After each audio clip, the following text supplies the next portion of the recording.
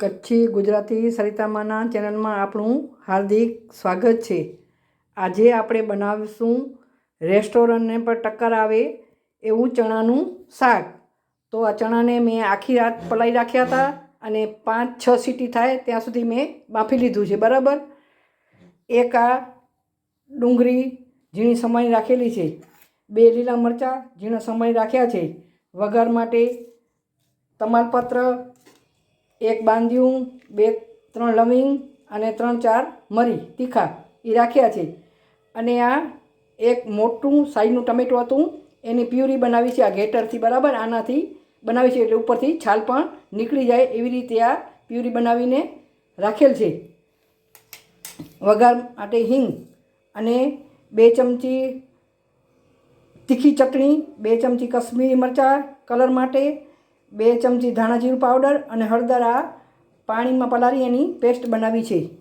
અને આ ખાંડણીમાં 2 લવિંગ, 4 મરી પાવડર, જીરું આખું, આખા ધાણા, લીલા ધાણા, દાંઠલ સહિત અને 1 નાનું આદુનું કટકો અને 7-8 લસણની કળી, આ બધું આવી રીતે આમ ટીચીને રાખેલું છે। તો ચાલો આપણે નવી ટ્રીકથી આપણે ચણાનું આજે શાક બનાવીએ। ચાલો આપણી તપેલી ગરમ થઈ ગઈ છે, આપણે તેલ એડ કરી દઈએ અંદર જરૂરિયાત પ્રમાણે। હવે તેલને આપણે ગરમ થવા દઈએ।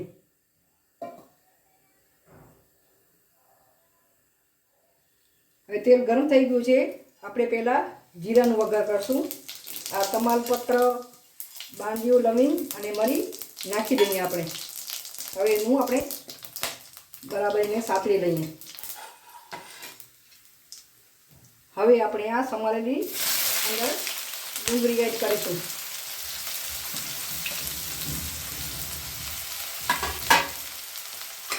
અને બરાબર સાતળી લઈએ આપણે।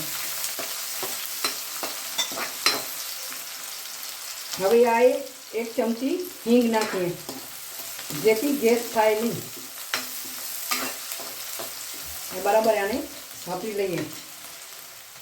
હવે આપણી ડુંગળી બરાબર સતળાઈ ગઈ છે, તો આપણે આ બધી પેસ્ટ આ વાટીથી એ અંદર એડ કરી એને 2 મિનિટ માટે બરાબર સાતળી લઈએ।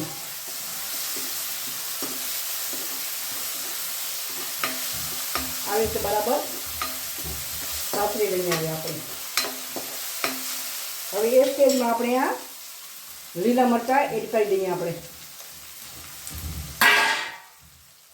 એને પણ આપણે 1 મિનિટ સુધી સાતળી લઈએ આપણે।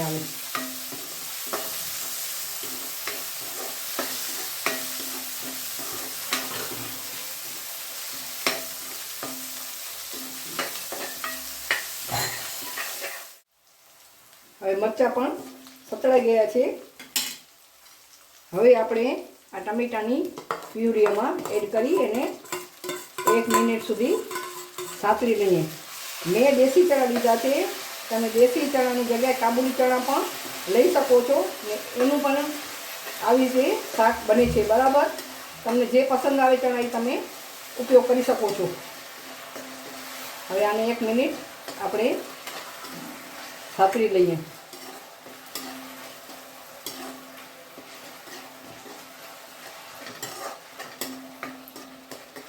હવે 1 મિનિટ થઈ ગઈ છે। આ મરચાંની આપણી પાણી નાખીને જે પેસ્ટ બનાવી હતી તે આપણે એડ કરી એને બરાબર સાતળી લઈએ આપણે, બરાબર। આ પાણીથી આપણે પેસ્ટ આમ બનાવી નાખીએ તો મસાલો પણ બળે નહીં અને ગ્રેવી પણ બહુ સરસ થાય છે। હવે એને આપણે સાતળવા દઈએ 2 મિનિટ સુધી। હવે આપણો મસાલો સતળાય છે ત્યાં સુધી આવી આ નવી ટ્રીક, એટલે આટલા ચણા લઈ લેવાના અને ખાંડણીમાં આમ નાખી દેવાના, એને આવી રીતે આમ પીસી લેવાનું, બરાબર। આ ટ્રીકથી હોટલ જેવું શાક બને છે, બહુ જ ટેસ્ટી આ શાક બને છે। તમે હોંશે હોંશે ખાશો આવી ટ્રીકથી તમે શાક બનાવશો તો। બહુ જ મસ્ત બને છે. આમ આવી રીતે ખાંડી લેવાના. હવે જોઈ શકો છો આ તેલ ઉપર ચડી આવ્યું છે એટલે આપણો મસાલો સતળાઈ ગયો છે. હવે આપણે આ જે ચણા પીસ્યા હતા તે અંદર એડ કરી દઈએ.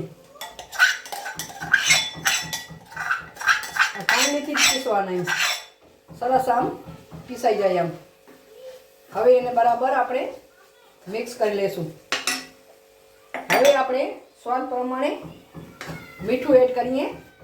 મેં ચણાને બાફવા માટે મીઠું નાખ્યું હતું એટલે જોઈને મીઠું એડ કરવાનું મસાલા પ્રમાણે, નહીં તો વધારે થઈ જાય. એ મીઠાનું ધ્યાન રાખવાનું. હવે બરાબર આપણે એને આ મિક્સ કરી લેશું. આ તમે જોઈ શકો છો કેવું મસ્ત મજાદાર એની ગ્રેવી લાગે છે. જોતાં જ અત્યારે ખાવાનું મન થાય એવું લાગે છે. આ એ બરાબર મિક્સ થઈ ગયું છે.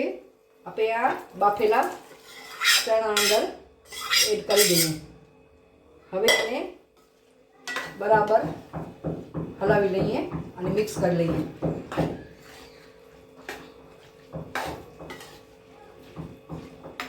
હવે એમાં જોઈતા પ્રમાણમાં આપણે પાણી એડ કરી એને 5 મિનિટ સુધી એને ચડવા દઈએ. આપણે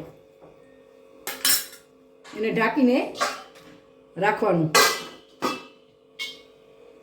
હવે આપણું શાક ચડે છે ત્યાં સુધી આપણે આ કસૂરી મેથી લીધી છે એને થોડીક ફ્રાય કરી લઈએ.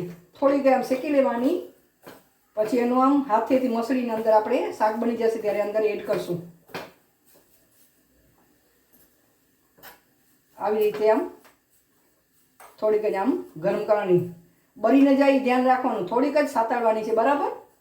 જેમ હાથથી આપણે પીસી શકીએ એવી રીતે આમ. બસ શેકાઈ ગઈ આપણી. 5 મિનિટ થઈ ગઈ છે.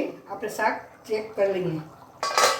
આ જોઈ શકો છો આપણું શાક રેડી થઈ ગયું છે.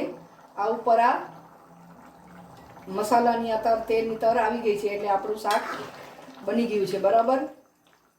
હવે આપણે એમાં છોલે મસાલો 1 ચમચી એવરેસ્ટનો છે તે નાખી દઉં. હવે આપણે ગેસ બંધ કરી દઈએ અને આ કસૂરી મેથી જે શેકી રાખી હતી તે હાથથી આમ ક્રશ કરી નાખવાની. શેકી લઈએ એટલે બરાબર આમ ક્રશ થઈ જાય. આનાથી સ્વાદ બહુ જ સરસ આવે છે. ટેસ્ટ બહુ સારું લાગે છે. આપણું હવે આ શાક બનીને તૈયાર થઈ ગયું છે. જેમ આપણે વધારે એને ઠંડુ કરવા દેશું તેમ એની ઘટ ગ્રેવી થઈ જશે. આપણું મસ્ત મજેદાર રેસ્ટોરન્ટ પણ ટક્કર મારે એવું આ ચણાનું શાક તૈયાર છે. આ આપણે પૂરી સાથે, પરોઠા જોડે, રોટી જોડે અને ભાત જોડે આપણે લઈ શકીએ છીએ ને બહુ જ આનો ટેસ્ટ સારો આવે છે. આ મારી ટ્રીકથી તમે જરૂર બનાવજો અને કોમેન્ટમાં જણાવજો કે તમને આ નવી ટ્રીકથી મારું શાક કેવું લાગ્યું. તો ચોક્કસથી તમે જણાવજો. મારી રેસીપી તમને ગમે તો લાઈક, શેર અને સબસ્ક્રાઈબ કરજો. ખૂબ ખૂબ આભાર તમારો.